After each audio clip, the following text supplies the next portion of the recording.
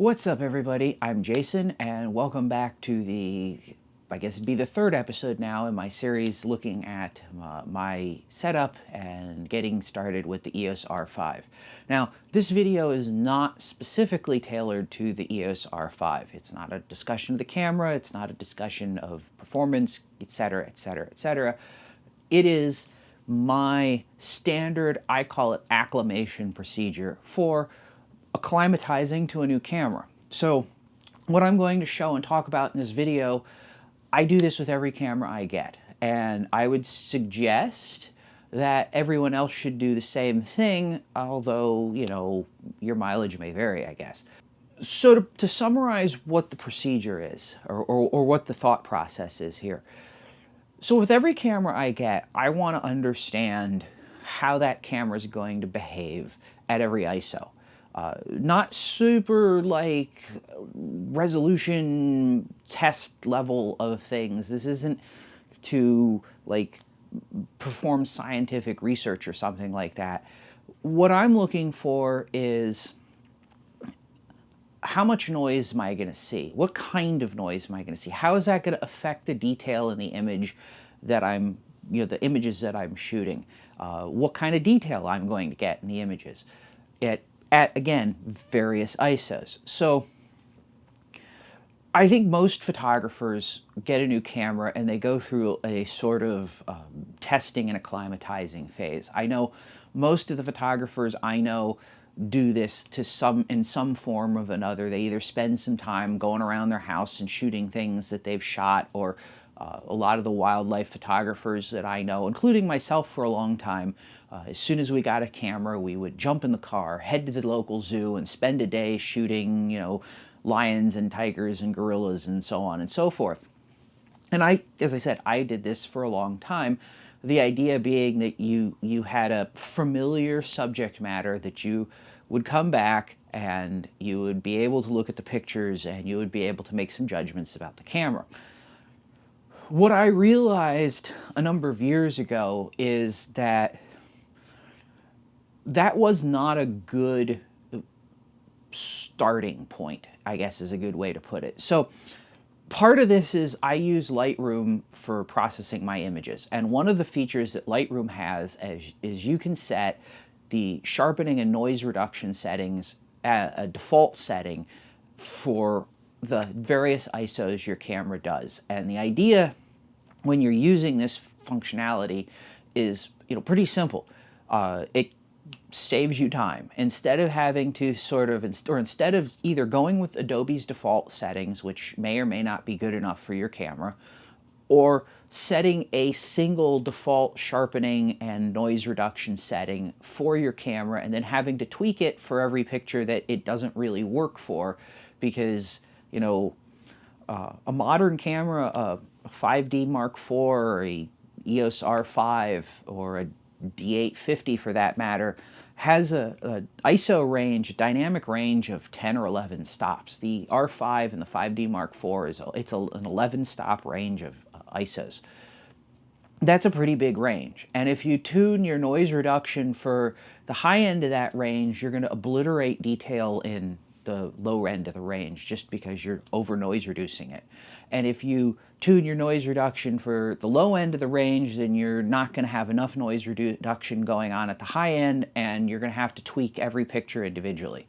And so the idea that when I realized sort of very quickly Lightroom has this capability is to have a standard test environment or setup or a standardized test environment or setup that I could use to very methodically determine my noise reduction and sharpening settings for any images that I shoot, and I could do it in a way that I don't have to control for subject matter. I don't have to control for lighting or shadows or motion or anything like that, because while you certainly could say go to the zoo and photograph a lion and then tweak your noise reduction and sharpening based on that lion, there's so many other variables involved depending on how long and how far away it is, you can have atmospheric effects, you can have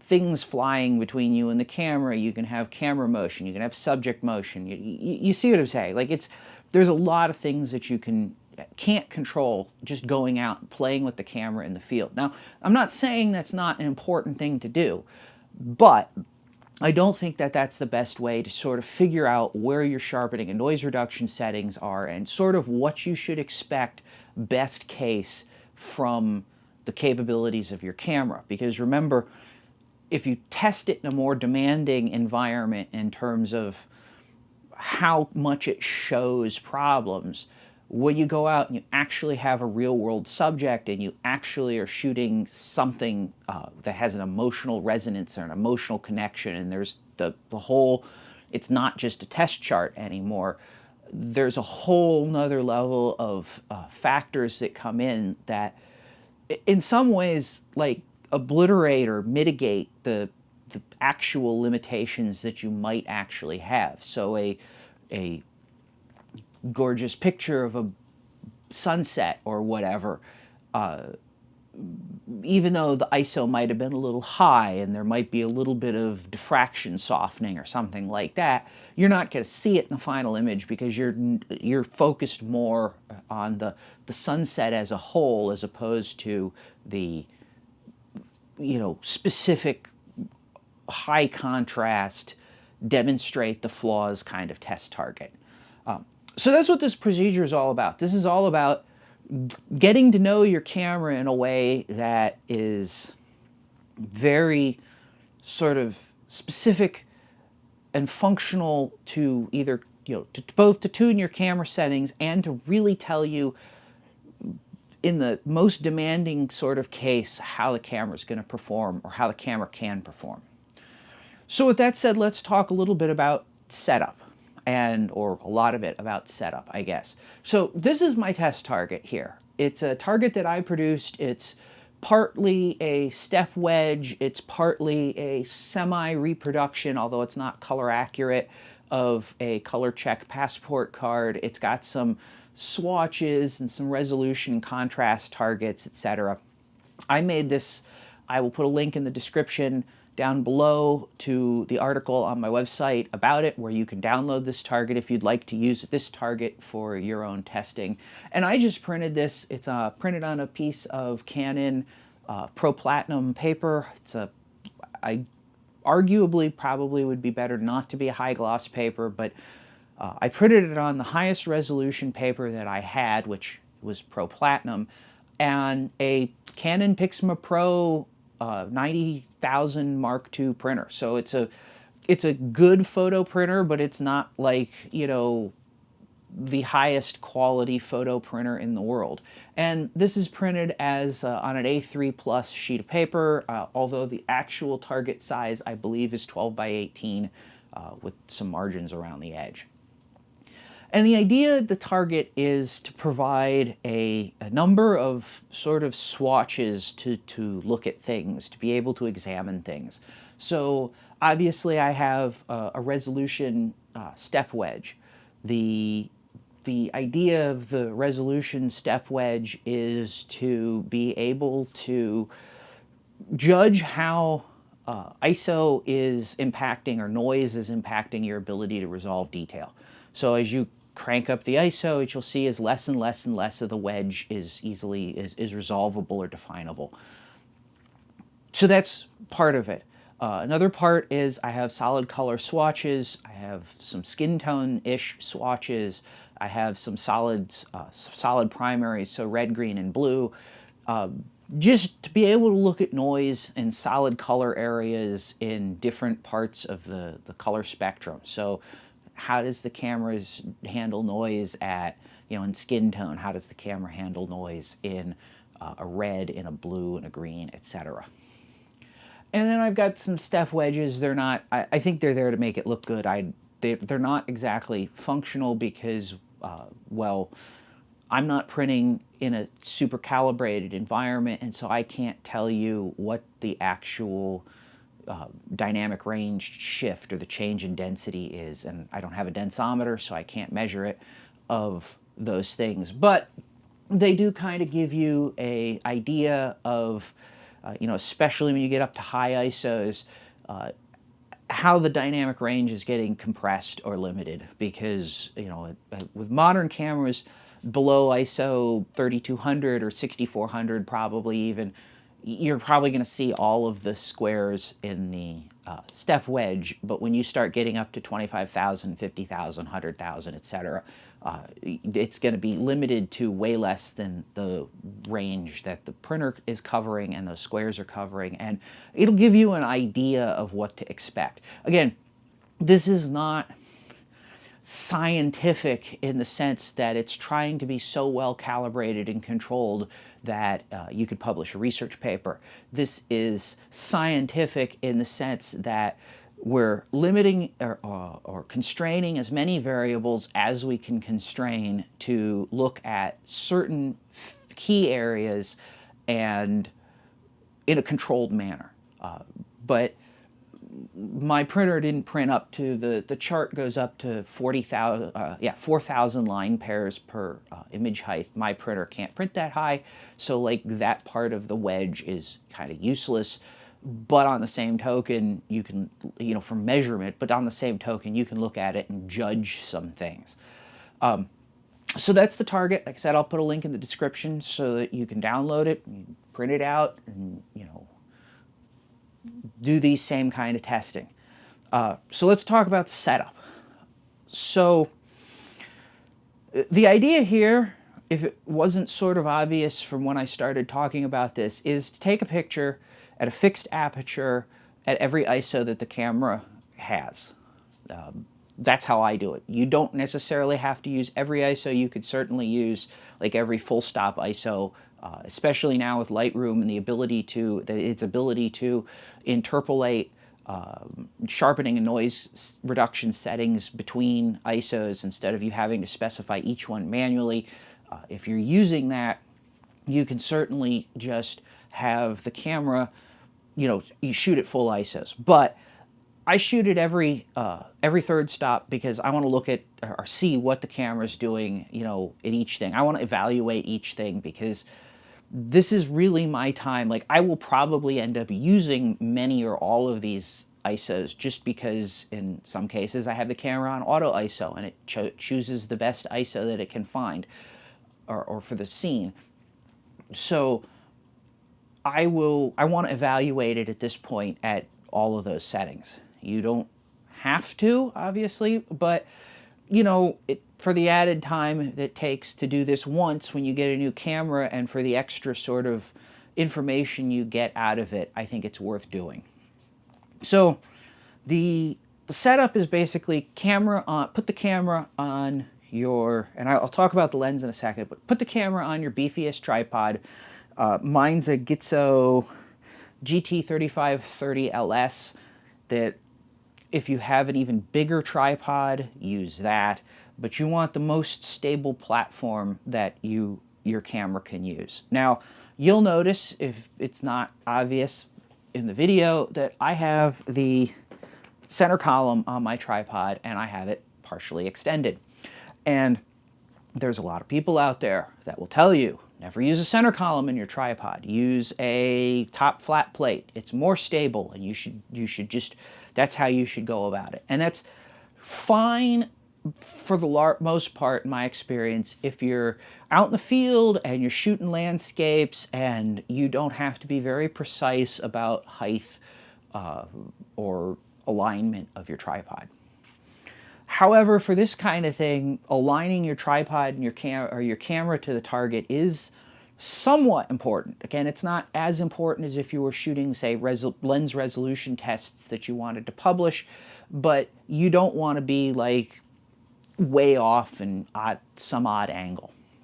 So while the best practice is not to use a center column, I have the center column up because it makes it substantially easier for me to align the camera and the lens with the test target.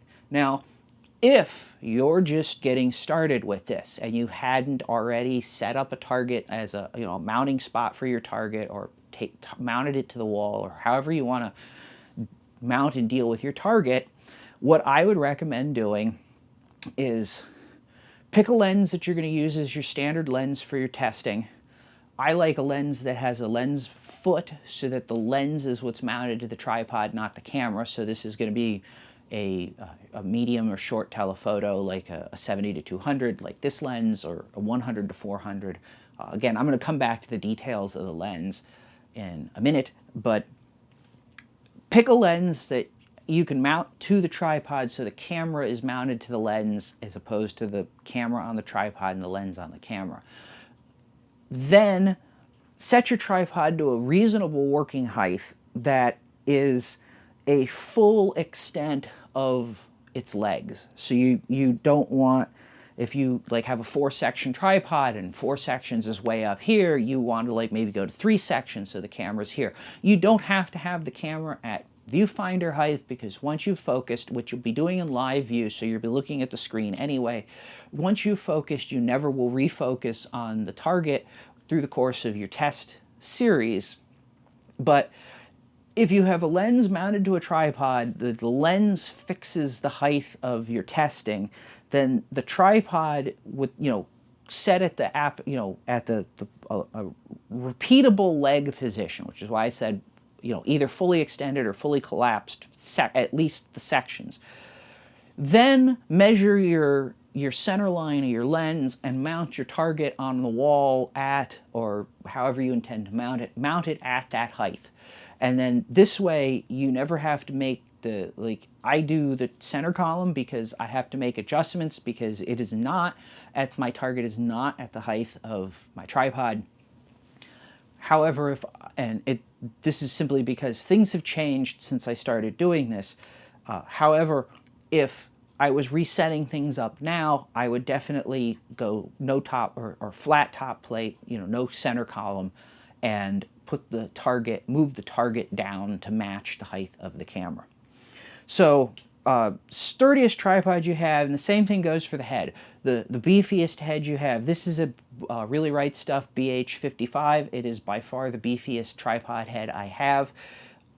That's why I use it. I mean, I use it for most things anyway, but the sturdiest tripod and head you have, because what you want to do is minimize any contribution, or as much of a contribution, of shake to the image while you're shooting your test series. And again, it's not necessarily as important as if you were, say, doing lens resolution tests or something like that, but it is fairly important.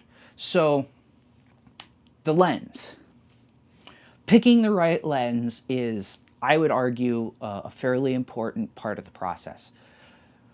You want, first of all, the highest resolution lens you own.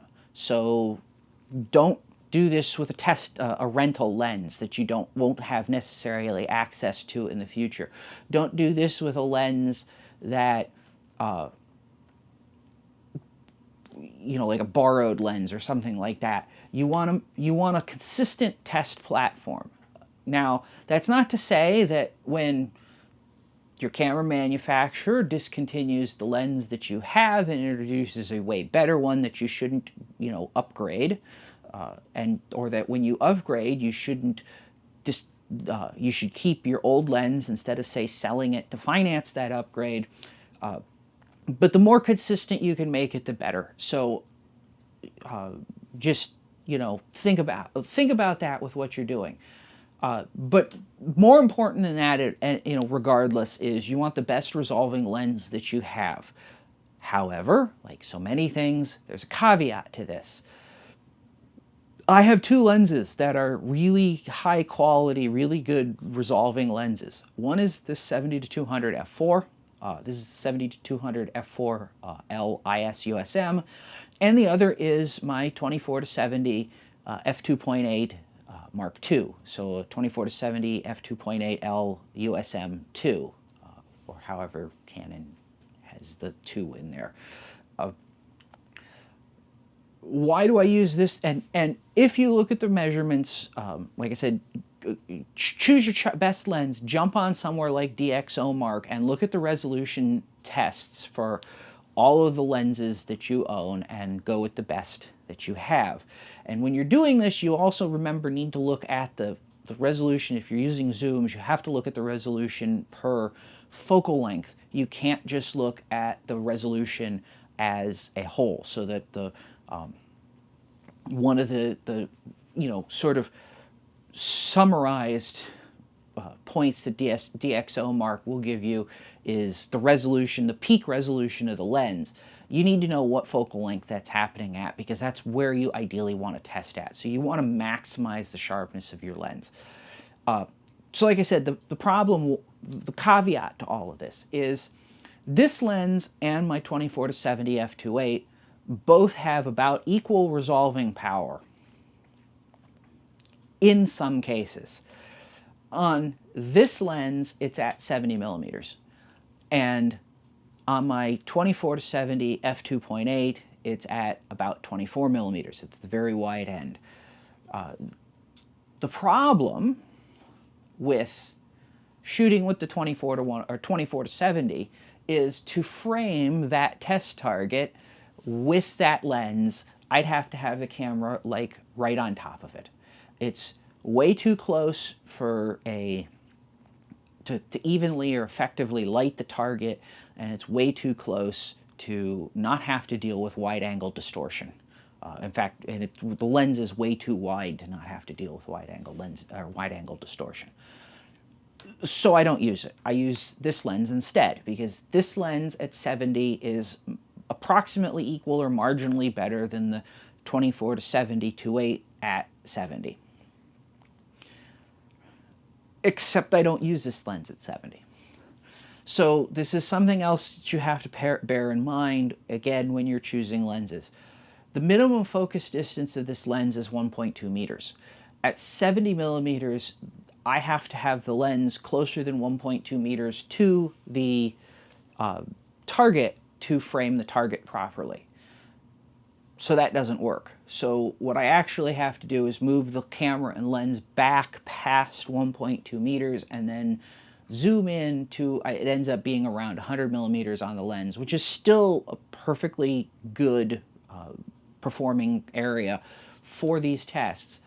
But that's something that you have to sort of have in mind. Lens setup. So the setup for the lens is, like I said, obviously you're going to zoom in to frame the target. The framing should be to cover where the framing indicators are on the corners of the target and not just willy-nilly. Then we're going to do some things. So first of all, we're going to turn off image stabilization. Image stabilization is great. I love image stabilization. However, the one big problem you run into with image stabilization, especially in middle to long exposures, is that it drifts. Now, I know there are some lenses that have tripod detection, and some lenses that do tripod detection are really good about, they will, so the basic ones just turn off the image stabilizer when it detects that it's on a tripod.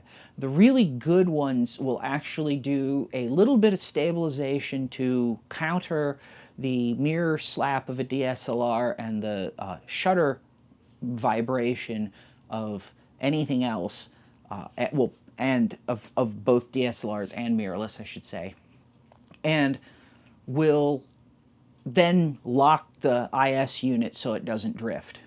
This lens doesn't do that, and even if it did, I'm not going to take a chance with having it drift just to have image stabilization on. Yes, there can be some shutter vibration, especially if you're shooting with a mechanical shutter, but I'm less worried about having that than I am worried about having something, the image stabilizer, drift over the length of the exposure. So I just turn it off. It's safer that way, in my opinion. Which brings me to autofocus. So throughout this test, you do not want the camera autofocusing or refocusing. You want to have it focused once at the beginning of the test, and you want to just bang on, everything stays the same from that point on. So there's two sort of options to this. Option one is if you use the half press of your shutter button to operate your autofocus for the camera, then get the camera focused, get the target focused well, and then turn off the autofocus on either your lens or camera, however you turn off the autofocus system.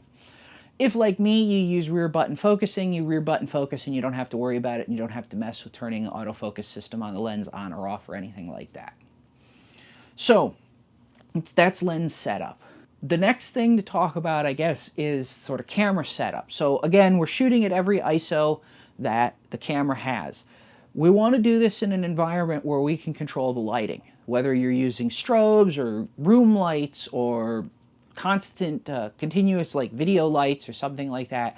You want to control the lighting, and you're going to want to adjust the lighting. So what you don't want to do through the course of this test, if you can avoid it, this isn't always going to be possible, is you want to shoot in aperture priority or manual, but you want to shoot with a constant aperture.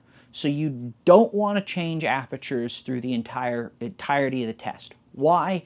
When you change apertures, you change both the resolving power of the lens in terms of, stopping down to a point will increase the resolution of the lens, which if you're shooting at, say, f8, for example, at ISO 50, and then you're shooting at f2.8 at ISO 6400 or something like that, not that you would necessarily need to do that, but for an example, then you will have potentially a softer image you will have both the impact of noise reducing the ability to resolve detail and the lens potentially being less ideally sharp or less than maximally sharp at the higher ISO setting. And therefore you're not seeing sort of just the impact of ISO and noise on resolution and detail. So you want to shoot at a constant aperture through the whole test, which means you have to fit the dynamic range of the camera's ISO settings inside a reasonable shutter speed range. So, for example, on this EOS R5, and again, the same thing applies to the 5D Mark IV, the ISO range is 50, low expanded is 50 to 102,400. And that works out to be 11 stops.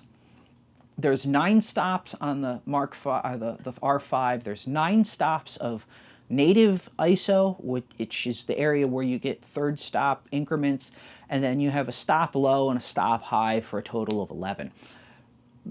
5D Mark IV is a little different with the native, but still the total range on that camera is 11 stops. Now, your camera will be different potentially if it goes to 200,000 or 400,000, or if it goes to 25 in the case of, say, the D850. Your range is going to vary. The shutter speed range on most modern professional level cameras is 18 stops, 30 seconds to 1/8,000th of a second. So there is room, with the exception of possibly the D5 and 6, but I haven't done the math on those. There is room to fit all of this inside your camera's shutter speed range, generally without having to change the aperture. But that does mean you have to be able to dim or control the light on the subject, the target.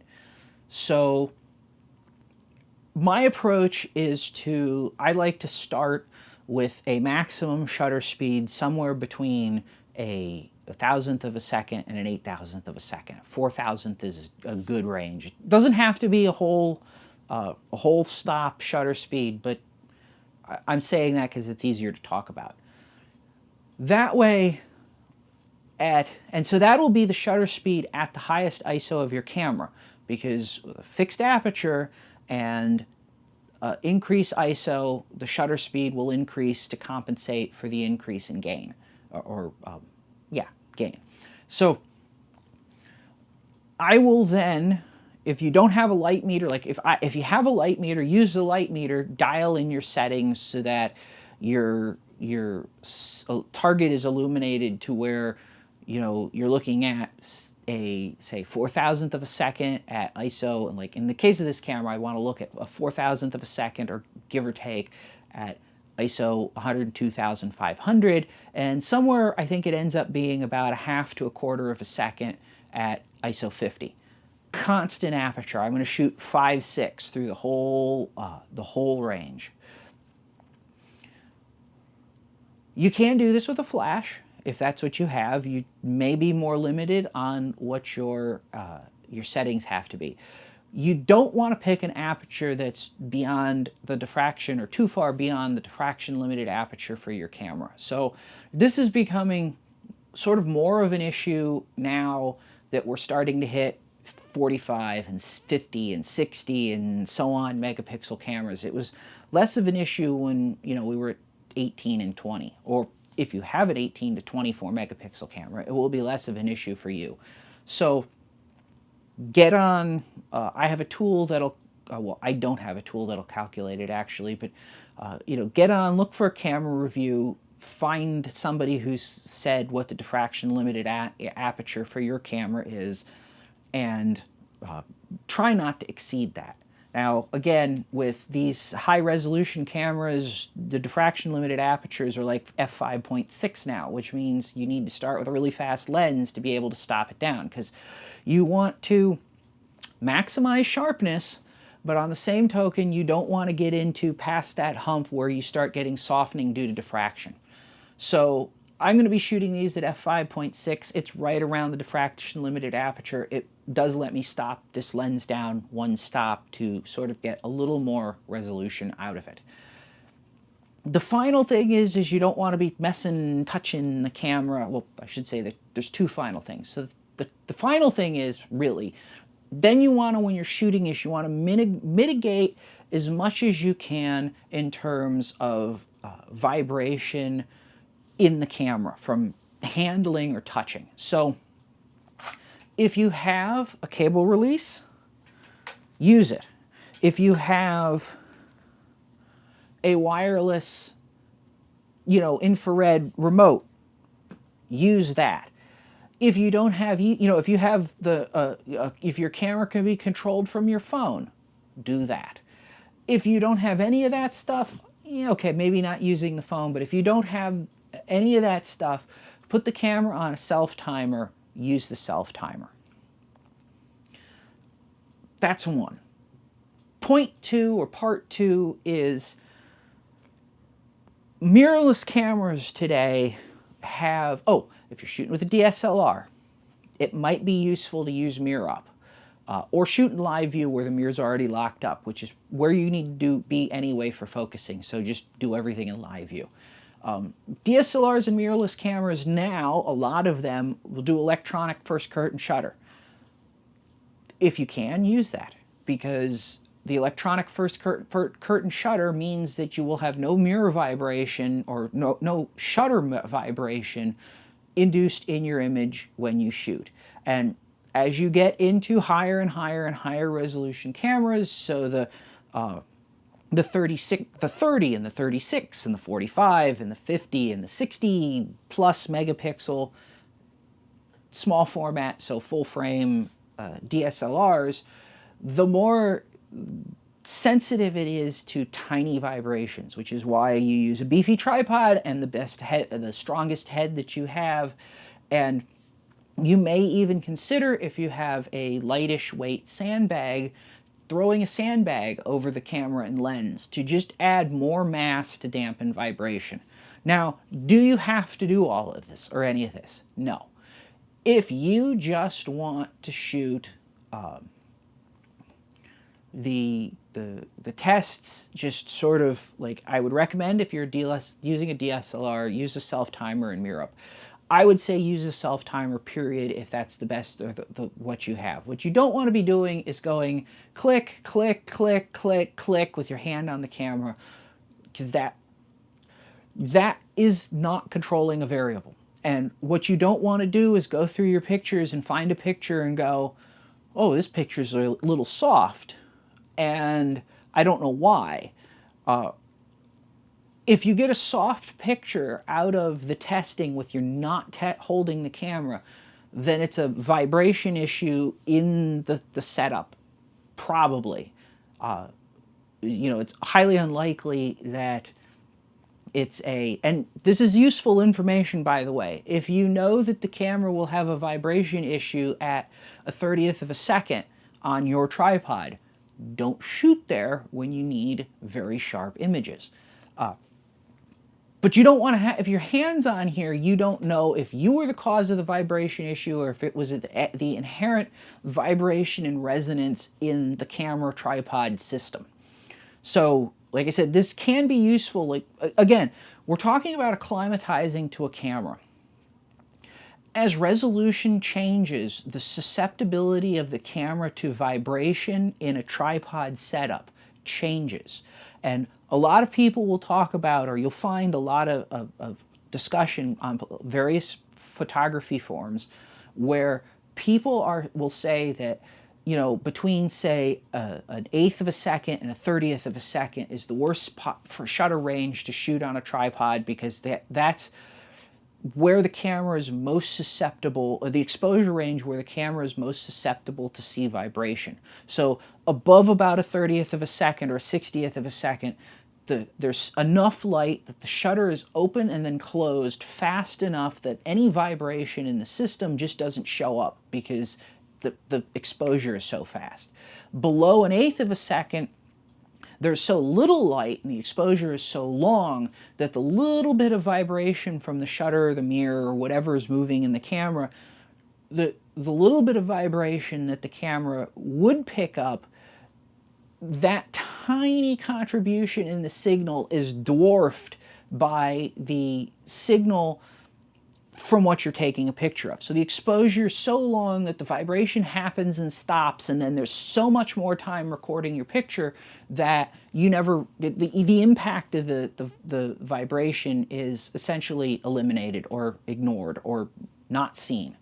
But in that sort of bad spot range, the vibration is significant enough that it can impact the image. Now, the thing is as sensor resolution changes, as sensor resolution gets higher or lower compared to another camera that you have, the exact point where that becomes most, or becomes obvious at a pixel level, is going to change.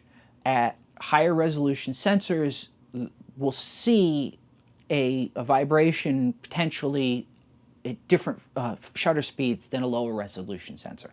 So this is another one of those places that if you do a lot of shooting on a tripod, going through this kind of acclimation procedure can help you determine where you might not want to shoot if you can avoid it on a tripod, or where you need to take extra steps to mitigate possibly having vibration show up. So definitely, you know, use a cable release or self-timer for your shots. I also said live view, because the last thing I want to talk about before I start getting into this is going through the process. The last thing I want to talk about is focusing in live view. So if your camera supports live view, which is basically all modern cameras now, that's where you want to focus. You want to get the target as in focus as you possibly can get the target. So this isn't a test of autofocus performance, obviously. This is a test of noise and resolution performance again. So you don't want the target out of focus. You want the target as in focus as you can make it for your lens. Additionally, you don't want the focus to change from frame to frame to frame, so you don't want the camera constantly refocusing. So, because again, if it doesn't keep hitting the exact same focus point, you're going to see, or you potentially can see, or you will see, I guess, in your images, slight changes in sharpness that aren't related to motion. They're not related to increasing noise. They're purely related to your camera didn't focus in the same place. And so you want to control that and minimize that. So focus once, and then put the camera on manual focus. And you want to focus in live view. at the highest magnification. If you're doing it by hand, if you're shooting with a mirrorless, well, even if you're shooting with a DSLR, use the live view autofocus to get you in, and then you can verify that it's super accurate if you feel that you need to do that. Although generally, in my experience, if it's an on-sensor based autofocus system, the accuracy is extremely good right out of the gate. I generally don't have to mess with it, but I will just double check to make sure that it's not as appreciably off, although like I said, it shouldn't be in an on-sensor based thing. So, what else? Is there anything else? We changed the ISO, we changed the shutter speed, we hold the aperture constant through the whole test. We want to make sure I talked about lighting the thing. So what I'm going to do is I'm going to swing this all stuff around. I'm going to set the camera up. It is leveled to the height of my target and leveled, and I'm going to swing it around, and I'm going to shoot the series of tests. Then we'll jump onto the computer, and I will go through the process that I use to evaluate the images, and that will pretty much wrap up this video. So I'm getting the camera set up here. I've just metered the target. I'm making some adjustments to my exposure, getting it composed. As I said, you want to have it composed so that the reference points around the edge are at the edges of the frame, and it conforms as best as you can get it to filling the frame that you're shooting. And now is just the long, tedious process of going through and shooting all the images. So you can see this is actually gets to be pretty quick. You just shutter speed, ISO, all the way through. And when I metered this, I ended up with a range of exposures from about, I think it was 4 seconds to about 1,000th of a second or something like that, that's a perfectly good range to have. And so the next step, import into Adobe Lightroom and start doing your sharpening stuff. So I have a video where I talk about how I go about sharpening. I'll put a link to that in the description below. One other thing to be aware of that you kind of have to look into or pay attention to is you'll notice in some of the low ISO color blocks that I'm looking at, there's a banding pattern. That is not coming from the camera and the sensor. That is actually an artifact in the in the print. And you have to be very aware of that when you're doing this process, that what you're looking at is a camera thing and not a print thing. And modern digital camera sensors are more than capable of, basically pulling detail out of prints that you may not readily see. So I had to get up with a flashlight and a magnifying glass and look very carefully to make sure that that was something in the print or something in the camera, and it was something in the print. Additionally, as I said in when I was talking about setting things up, I also ran into what I was saying about having images that were softer at certain shutter speeds, so around a 40th to an 80th of a second with this camera on this tripod, etc. My images, the softness or the sharpness of the image took a dip. And I noticed this because when I got past about an 80th of a second, even though I was getting to higher and higher ISOs, the image quality, the sharpness of the image improved. So something to be aware of. Now, I probably should have shot these with the electronic shutter instead of the mechanical shutter, but it was good enough for my purposes.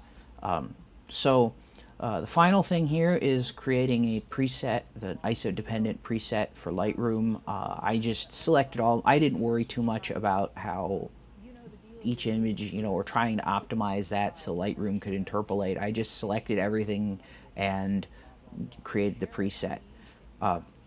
One final comment is I will almost certainly need to revise this in the future. So this is a big point or problem in stepping up to higher and higher, or new cameras that have much higher resolution. So the 44.8, 45 megapixels is 50% higher resolution than my previous camera. And so there's a learning curve of readapting to or adapting to the performance characteristics you should expect from a higher resolution sensor. So that's the procedure I use to test and evaluate a new camera. Now, I only do this once when I get the camera. I won't generally retest unless possibly I get a substantially better, a significantly better lens, or I'm changing platforms. That's another possible place to retest. So when I start moving to RF lenses, or if I get a really good RF lens, I may retest the system on the RF platform so that going forward I have references, or point of reference using those lenses on that platform. So I hope you found this useful and interesting. I know it's been a long video. If you found this useful, please smash that like button. Consider subscribing. You know the deal. You're a YouTuber. Click the subscribe, smash the bell if you want notifications, like it, blah, blah, blah. Share it, please. If you found this useful, please share it with your friends. If you have a similar procedure or are curious about something, please drop a comment. Let me know. I'm always interested if you think there's something that I could do better to acclimate to the camera or in the process, please drop a comment. But anyway, thanks for watching, and I'll see you next time.